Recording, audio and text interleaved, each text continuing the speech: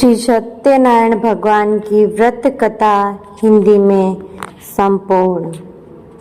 शास्त्रों में बताया गया है कि सत्यनारायण व्रत कथा का पाठ करने से व्यक्ति को 1000 यज्ञ करने के बराबर पुण्य फल की प्राप्ति होती है। सत्यनारायण भगवान व्रत कथा में भगवान विष्णु के सत्य स्वरूप के बारे में बताया गया है। इस व्रत का पाठ करने से घर में सुख समृद्धि का वास होता है और भगवान विष्णु की कृपा बनी रहती है। तो सत्यनारायण भगवान की कथा का पहला अध्याय ध्यान से सुनिए। एक समय की बात है, नैशिरण्य तीर्थ में सोनकादि 88,000 ऋषियों ने श्री सूत जी से पूछा, हे प्रभु, इस कलयुग में वेद विद्या रहित मनुष्यों को प्रभु भक्ति किस प्रकार मिल सकती है तथा उनका उद्धार कैसे होगा। हे मुनि श्रेष्ठ, कोई ऐसा तप बताइए जिससे थोड़े समय में ही पुण्य मिले और मनवांछित फल भी मिल जाए। इस प्रकार की कथा सुनने की हम इच्छा रखते हैं। सर्व शास्त्रों के ज्ञाता सूत जी बोले, हे वैष्णवों में पूज्य, आप सभी ने प्राणियों के हित की बात पूछी है, इसलिए मैं एक ऐसे श्रेष्ठ व्रत को आप लोगों को बताऊंगा जिसे नारद जी ने लक्ष्मी नारायण जी से पूछा था और लक्ष्मीपति ने मुनि श्रेष्ठ नारद जी से कहा था। आप सब इसे ध्यान से सुनिए। एक समय की बात है, योगी राज नारद जी दूसरों के हित की इच्छा के लिए अनेकों लोकों में घूमते हुए मृत्यु लोक में आ पहुँचे। यहाँ उन्होंने अनेक योनियों में जन्मे प्राय सभी मनुष्यों को अपने कर्मों द्वारा अनेकों दुखों से पीड़ित देखा। उनका दुख देख नारद जी सोचने लगे कि कैसे यत्न किया जाए जिसके करने से निश्चित रूप से मानव के दुखों का अंत हो जाए। इसी विचार पर मनन करते हुए वह विष्णु लोक में गए। वहाँ वह देवों के ईश नारायण की स्तुति करने लगे, जिनके हाथों में शंख चक्र गदा और पद्म थे, गले में वरमाला पहने हुए थे। स्तुति करते हुए नारद जी बोले, हे भगवान, आप अत्यंत शक्ति से संपन्न हैं, मन तथा वाणी भी आपको नहीं पा सकती हैं। आपका आदि मध्य तथा अंत नहीं है, निर्गुण स्वरूप सृष्टि के कारण भक्तों के दुख को दूर करने वाले हैं। आपको मेरा नमस्कार है। नारद जी की स्तुति सुन विष्णु भगवान बोले, हे मुनि श्रेष्ठ, आपके मन में क्या बात है? आप किस काम के लिए पधारे हैं, उसे निसंकोच कहिए। इस पर नारद जी बोले कि मृत्यु लोक में अनेक योनियों में जन्मे मनुष्य अपने कर्मों के द्वारा अनेकों दुख से दुखी हो रहे हैं। हे नाथ, आप मुझ पर दया रखते हैं तो बताइए कि वो मनुष्य थोड़े प्रयास से ही अपने दुखों से कैसे छुटकारा पा सकते हैं। श्री हरि बोले, हे नारद, मनुष्यों की भलाई के लिए तुमने बहुत अच्छी बात पूछी है। जिसके करने से मनुष्य मोह से छूट जाता है, वह बात मैं कहता हूँ, उसे सुनो। स्वर्ग लोक व मृत्यु लोक दोनों में एक दुर्लभ उत्तम व्रत है जो पुण्य देने वाला है। आज मैं प्रेमवश होकर मैं उसे तुमसे कहता हूँ। श्री सत्यनारायण भगवान का यह व्रत अच्छी तरह विधान पूर्वक करके मनुष्य तुरंत यहाँ सुख भोग कर मरने पर मोक्ष पाता है। श्री हरि के वचन सुन नारद जी बोले कि उस व्रत का फल क्या है और उसका विधान क्या है? यह व्रत किसने किया था? इस व्रत को किस दिन करना चाहिए? सब कुछ विस्तार से बताएं। नारद की बात सुनकर श्री हरि बोले, दुख व शोक को दूर करने वाला यह सभी स्थानों पर विजय दिलाने वाला है। मानव को भक्ति व श्रद्धा के साथ शाम को श्री सत्यनारायण की पूजा धर्म परायण होकर ब्राह्मणों व बंधुओं के साथ करनी चाहिए। भक्ति भाव से ही नैवेद्य, केले का फल, घी, दूध और गेहूं का आटा सवया ले। गेहूं के स्थान पर साठी का आटा, शक्कर तथा गुड़ लेकर सभी भक्षण योग्य पदार्थों को मिलाकर भगवान का भोग लगाए। ब्राह्मण सहित बंधु बांधवों को भोजन कराएं। उसके बाद स्वयं भोजन करें। भजन कीर्तन के साथ भगवान की भक्ति में लीन हो जाएं। इस तरह से सत्यनारायण भगवान का यह व्रत करने पर मनुष्य की सारी इच्छाएं निश्चित रूप से पूरी होती हैं। इस कली काल अर्थात कलयुग में मृत्यु लोक में मोक्ष का यही एक सरल उपाय है। श्री सत्यनारायण व्रत कथा का पहला अध्याय संपूर्ण। बोलिए श्री सत्यनारायण भगवान की जय। सत्यनारायण भगवान की व्रत कथा का दूसरा अध्याय ध्यान से सुनो। सूत जी बोले, हे ऋषियों, जिसने पहले समय में इस व्रत को किया था उसका इतिहास कहता हूँ, ध्यान से सुनो। सुंदर काशीपुरी नगरी में एक अत्यंत निर्धन ब्राह्मण रहता था। भूख प्यास से परेशान वह धरती पर घूमता रहता था। ब्राह्मणों से प्रेम करने वाले भगवान ने एक दिन ब्राह्मण का वेश धारण कर उसके पास जाकर पूछा, हे विप्र, नित्य दुखी होकर तुम पृथ्वी पर क्यों घूमते हो? दीन ब्राह्मण बोला, मैं निर्धन ब्राह्मण हूँ, भिक्षा के लिए धरती पर घूमता हूँ। हे भगवान, यदि आप इसका कोई उपाय जानते हो तो बताइए। वृद्ध ब्राह्मण कहता है कि सत्यनारायण भगवान मनोवांछित फल देने वाले हैं, इसलिए तुम उनका पूजन करो। इसे करने से मनुष्य सभी दुखों से मुक्त हो जाता है। वृद्ध ब्राह्मण बनकर आए सत्यनारायण भगवान उस निर्धन ब्राह्मण को व्रत का सारा विधान बताकर अंतर्धान हो गए। ब्राह्मण मन ही मन सोचने लगा कि जिस व्रत को वृद्ध ब्राह्मण करने को कह गया है, मैं उसे जरूर करूंगा। यह निश्चय करने के बाद उसे रात में नींद नहीं आई।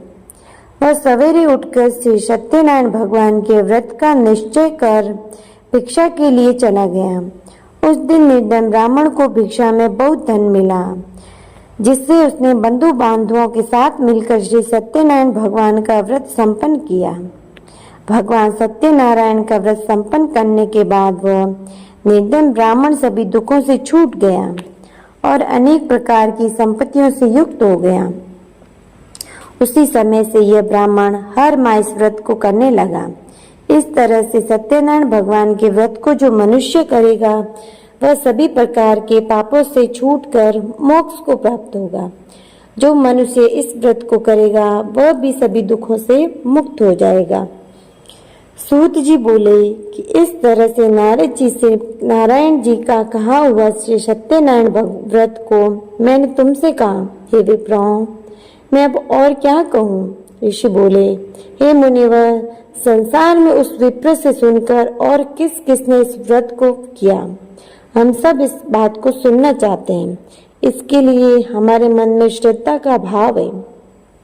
सूत जी बोले, हे मुनियों, जिसने इस व्रत को किया है वे सब सुनो।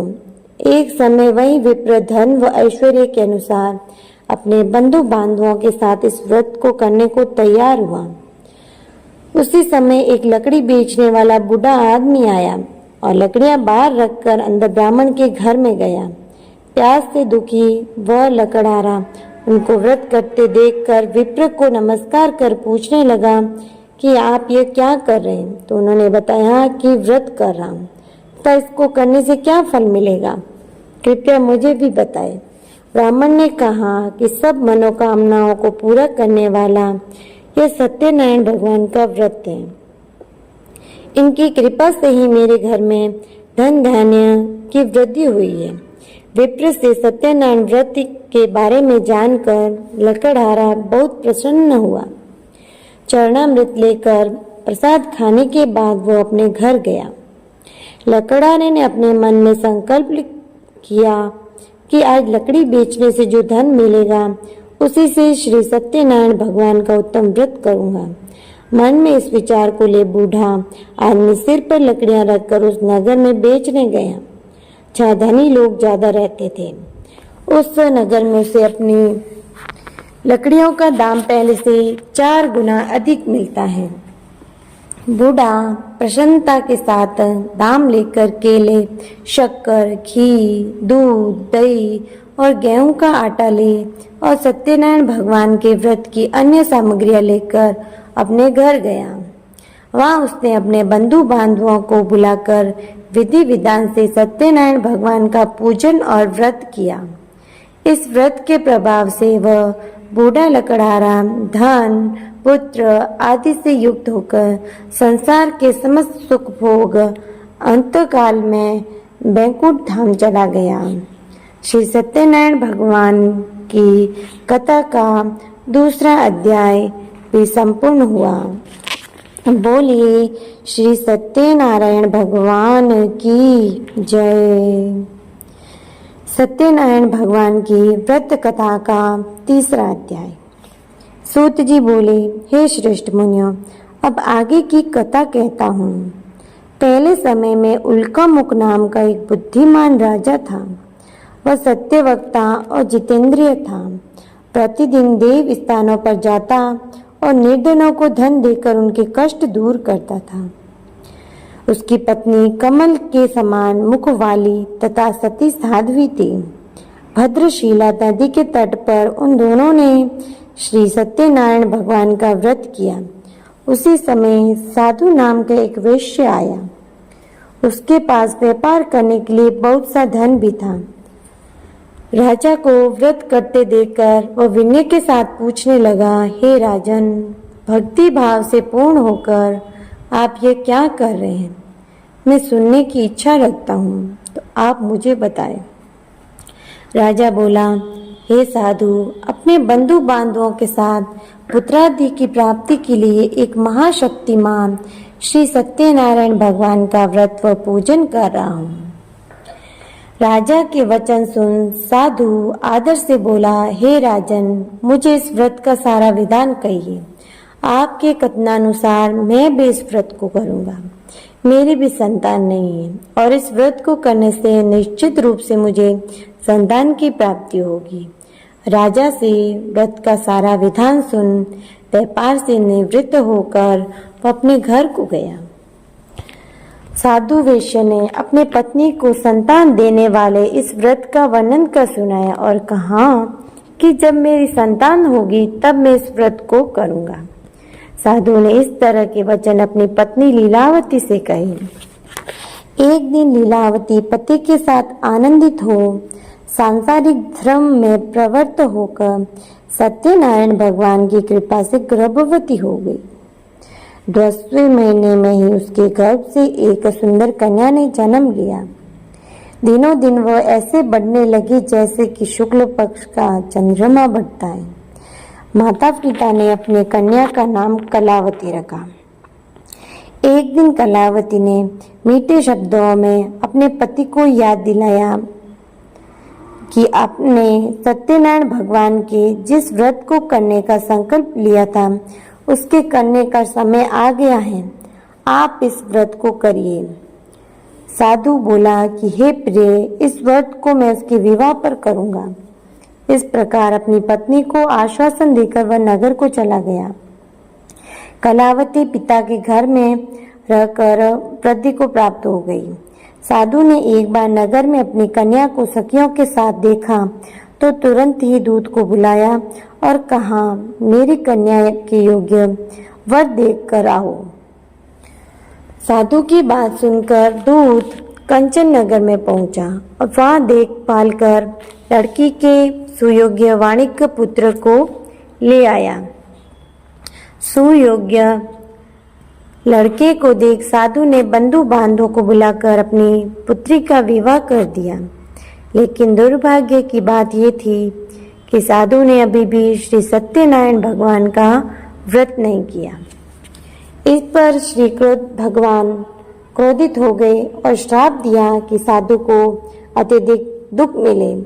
अपने कार्य में कुशल साधु बनिया जवाई को लेकर समुद्र के पास स्थित होकर रत्नासारपुर नगर में गया। वहां जाकर दामाद ससुर दोनों मिलकर चंद्रकेतु राजा के नगर में व्यापार करने लगे। एक दिन भगवान सत्यनारायण की माया से एक चोर राजा का धन चुराकर भाग रहा था। उसने राजा के सिपाहियों को अपना पीछा करते देख चुराया हुआ धन वहां रख दिया जहां साधु अपने जमाई के साथ ठहरा हुआ था। राजा के सिपाहियों ने साधु वैश्य के पास राजा का धन पड़ा देखा तो वह ससुर जमाई दोनों को बांधकर प्रसन्नता से राजा के पास ले गए और कहा कि वह उन दोनों चोरों को हम पकड़ लेके आए हैं। आप आगे की कार्यवाही की आज्ञा दीजिए। राजा की आज्ञा से उन दोनों को कठिन कारावास में डाल दिया। उनका सारा धन भी उनसे छीन लिया गया। श्री सत्यनारायण भगवान से श्राप से साधु की पत्नी भी बहुत दुखी हुई। घर में जो धन रखा था उसे चोर चुरा ले गए। शारीरिक तथा मानसिक पीड़ा और भूख प्यास से अति दुखी हो अन्न की चिंता में कलावती के ब्राह्मण के घर गई। वहां उसने श्री सत्यनारायण भगवान का व्रत होते देखा। फिर कथा भी सुनी। वह प्रसाद ग्रहण कर वह रात को घर वापस आई। माता के कलावती से पूछा, हे पुत्री, अब तुम कहाँ थी? तेरे मन में क्या है? कलावती ने अपनी माता से कहा, हे माता, मैंने एक ब्राह्मण के घर में श्री सत्यनारायण भगवान का व्रत देखा है। कन्या के वचन सुन लीलावती भगवान के पूजन की तैयारी करने लगी। लीलावती ने परिवार व बंधुओं सहित सत्यनारायण भगवान का पूजन किया और उनसे वर मांगा कि मेरे पति तथा जमाई शीघ्र घर आ जाए। साथ ही यह भी प्रार्थना की कि हम सबका अपराध क्षमा करें। श्री सत्यनारायण भगवान इस व्रत से संतुष्ट हो गए। राजा चंद्रकेतु को सपने में दर्शन दे कहा, हे राजन, तुम उन दोनों वेश्यों को छोड़ दो और तुमने उनका जो धन लिया है उसे वापस कर दो।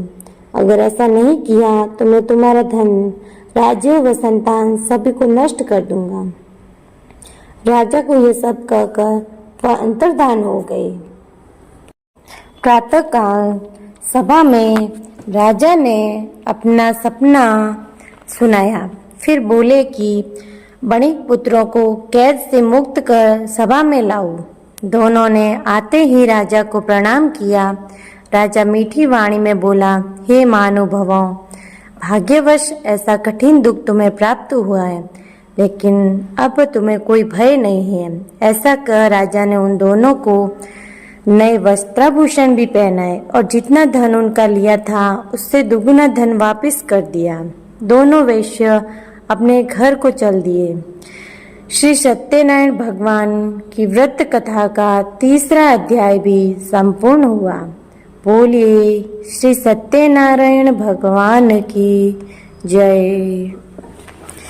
सत्यनारायण भगवान की व्रत कथा का चौथा अध्याय प्रारंभ होता है। ध्यान से सुनिएगा। सूत जी बोले, वैश्य ने मंगलाचार कर अपनी यात्रा आरंभ की और अपने नगर की ओर चल दिए। उनके थोड़ी दूर जाने पर एक दंडी वेशधारी श्री सत्यनारायण ने उनसे पूछा, हे साधु, तेरी नाव में क्या है? अभिवाणी वणिक हंसता हुआ बोला, हे दंडी, आप क्यों पूछते हो? क्या धन लेने की इच्छा है? मेरी नाव में तो बेल व पत्ते भरे हुए। वेश्य के कठोर वचन सुन भगवान बोले, तुम्हारा वचन सत्य हो। दंडी ऐसे वचन कर वहां से दूर चले गए। कुछ दूर जाकर समुद्र के किनारे बैठ गए। दंडी के जाने के बाद साधु वैश्य ने नित्य क्रिया के पश्चात नाव को ऊंची उठते देखकर अचंभा माना और नाव में बेल पत्ते आदि देखकर वह मूर्छित हो जमीन पर गिर पड़ा। मूर्छा खुलने पर वह अत्यंत शोक में डूब गया। तब उसका दामाद बोला कि आप शोक न मनाएं, ये दंडी का शाप है, इसलिए हमें उनकी शरण में जाना चाहिए, तभी हमारी मनोकामना पूरी होगी। दामाद की बात सुनकर वह दंडी के पास पहुंचा और अत्यंत भक्ति भाव नमस्कार करके बोला, मैंने आपसे जो जो असत्य वचन कहे थे उनके लिए मुझे क्षमा दे। ऐसा कह कर महान शोकातुर हो रोने लगा। वह दंडी भगवान बोले, हे वणिक पुत्र, मेरी आज्ञा से बार बार तुम्हें दुख प्राप्त हुआ है, तू मेरी पूजा से विमुख हुआ। साधु बोला, हे भगवान, आपकी माया से ब्रह्मा आदि देवता भी आपके रूप को नहीं जानते, तब मैं अज्ञानी कैसे जान सकता हूँ? आप प्रसन्न होइए, अब मैं सामर्थ्य के अनुसार आपकी पूजा करूँगा। मेरी रक्षा करो और पहले के समान नौका में धन भर दो। साधु वैश्य के भक्ति पूर्वक वचन सुनकर भगवान प्रसन्न हो गए और उनकी इच्छानुसार वरदान देकर अंतर्धान हो गए। ससुर जमाई जब नाव पर आए तो नाव धन से भरी हुई थी। फिर वहीं अपने अन्य साथियों के साथ सत्यनारायण भगवान का पूजन कर अपने घर को चल दिए। जब नगर के नजदीक पहुंचे तो दूत को घर पर खबर करने के लिए भेज दिया। दूत साधु की पत्नी को प्रणाम कर कहता है कि मालिक अपने दामाद सहित नगर के निकट आ गए हैं। दूत की बात सुन साधु की पत्नी लीलावती ने बड़े हर्ष के साथ सत्यनारायण भगवान का पूजन कर अपनी पुत्री कलावती से कहा कि मैं अपने पति के दर्शन को जाती हूँ, तो कार्य पूर्ण कर शीघ्र आ जा। माता के ऐसे वचन सुन कलावती जल्दी में प्रसाद छोड़ अपने पति के पास चली गई। प्रसाद की अवज्ञा के कारण श्री सत्यनारायण भगवान रुष्ट हो गए और नाव सहित उसके पति को पानी में डुबो दिया। कलावती अपने पति को वहां ना पाकर रोती हुई जमीन पर गिर पड़ी। नौका को डूबा हुआ देख व कन्या को रोता देख साधु दुखी होकर बोला, हे प्रभु, मुझसे तथा मेरे परिवार से जो भूल हुई उसे क्षमा करें।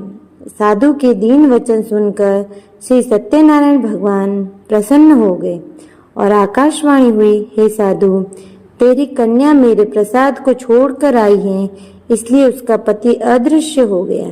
यदि वह घर जाकर प्रसाद खाकर लौटती है तो उसे उसका पति अवश्य मिलेगा। ऐसी आकाशवाणी सुन कलावती घर पहुंचकर प्रसाद खाती है और फिर आकर अपने पति के दर्शन करती है। उसके बाद साधु अपने बंधु बांधवों सहित श्री सत्यनारायण भगवान का विधि विधान से पूजन करता है।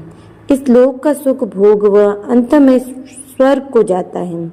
श्री सत्यनारायण व्रत कथा का 4था अध्याय संपूर्ण हुआ। तो बोलिए श्री सत्यनारायण भगवान की जय। सत्यनारायण भगवान की व्रत कथा का 5वां अध्याय ध्यान से सुनो। सूत जी बोले, हे ऋषियों, मैं और भी एक कथा सुनाता हूँ, उसे भी ध्यान पूर्वक सुनो। प्रजा पालन में लीन तुंग ध्वज नाम का एक राजा था। उसने भी भगवान का प्रसाद त्याग कर बहुत ही दुख सहन किया। एक बार वन में जाकर वन्य पशुओं को मारकर वह बड़ के पेड़ के नीचे आया। वहां उसने ग्वालों को भक्ति भाव से अपने बंधुओं सहित सत्यनारायण भगवान का पूजन करते देखा। अभिमानवश राजा ने उन्हें देखकर भी पूजा स्थान में नहीं गया और ना ही उसने भगवान को नमस्कार किया। ग्वालों ने राजा को प्रसाद दिया, लेकिन उसने वह प्रसाद नहीं खाया और प्रसाद को छोड़ वह अपने नगर को चला गया। जब वह नगर में पहुंचा तो वह सब कुछ तहस नहस हुआ पाया, तो वह शीघ्र ही समझ गया कि ये सब भगवान ने ही किया है। वह दोबारा ग्वालों के पास पहुंचा और विधि पूर्वक पूजा करके प्रसाद खाया तो श्री सत्यनारायण भगवान की कृपा से सब कुछ पहले जैसे हो गया। दीर्घ काल तक सुख भोगने के बाद मरणोपरांत उसे स्वर्गलोक की प्राप्ति हुई। जो मनुष्य परम दुर्लभ इस व्रत को करेगा तो भगवान सत्यनारायण की अनुकंपा से उसे धन धान्य की प्राप्ति होगी।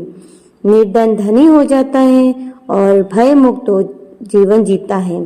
संतानहीन मनुष्य को संतान सुख मिलता है और सारे मनोरथ पूर्ण होने पर मानव अंत काल में बैकुंठ धाम को जाता है। सूत जी बोले, जिन्होंने पहले इस व्रत को किया है, अब उनके दूसरे जन्म की कथा कहता हूँ। वृद्ध शतानंद ब्राह्मण ने सुदामा का जन्म लेकर मोक्ष की प्राप्ति की। लकड़हारे ने अगले जन्म में निषाद बनकर मोक्ष प्राप्त किया। उल्का मुख नाम का राजा दशरथ होकर बैकुंठ को गए। साधु नाम के वैश्य ने मोर ध्वज बनकर अपने पुत्र को आरे से चीरकर मोक्ष पाया। महाराज तुंग ध्वज ने स्वयंभू होकर भगवान में भक्ति युक्त हो कर्म कर मोक्ष पाया। श्री सत्यनारायण व्रत कथा का 5वां अध्याय संपूर्ण हुआ। बोलिए श्री सत्यनारायण भगवान की जय। श्री सत्यनारायण जी भगवान की कथा के पश्चात श्री सत्यनारायण भगवान की आरती अवश्य कीजिए। तो आरती शुरू करते हैं। ओम जय लक्ष्मी रमणा, स्वामी जय लक्ष्मी रमणा,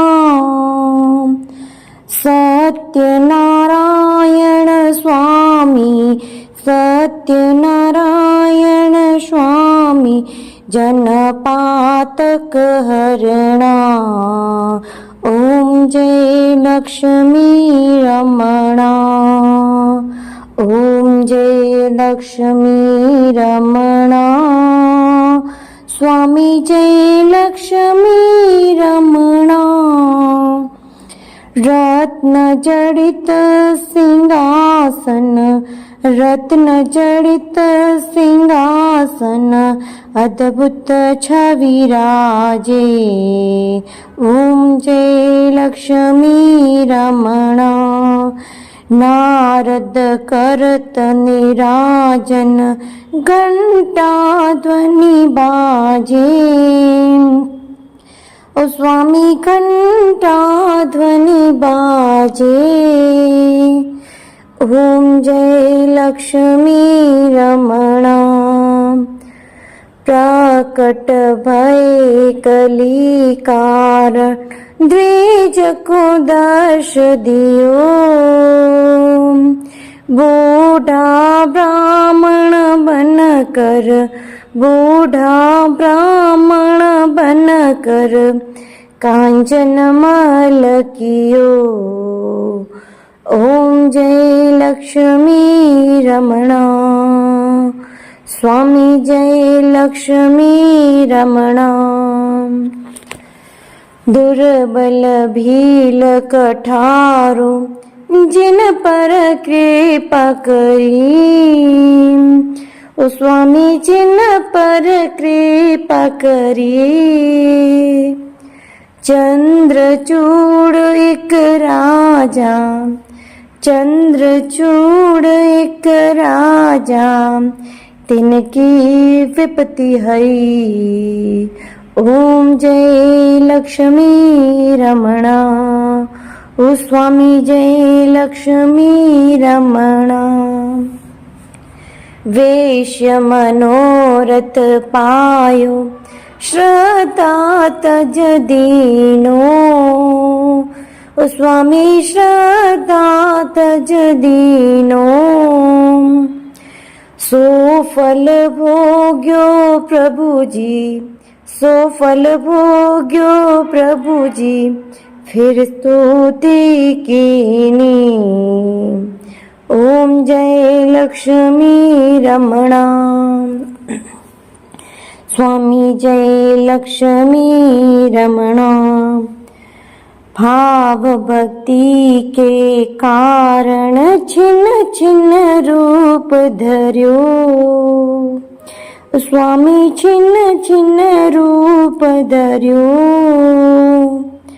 श्रद्धा धारण कीनी, श्रद्धा धारण कीनी, तिनको काज सर्यो।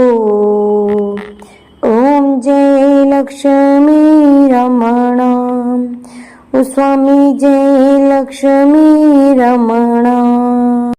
ग्वाल बाल संग राजा वन में भक्ति करी।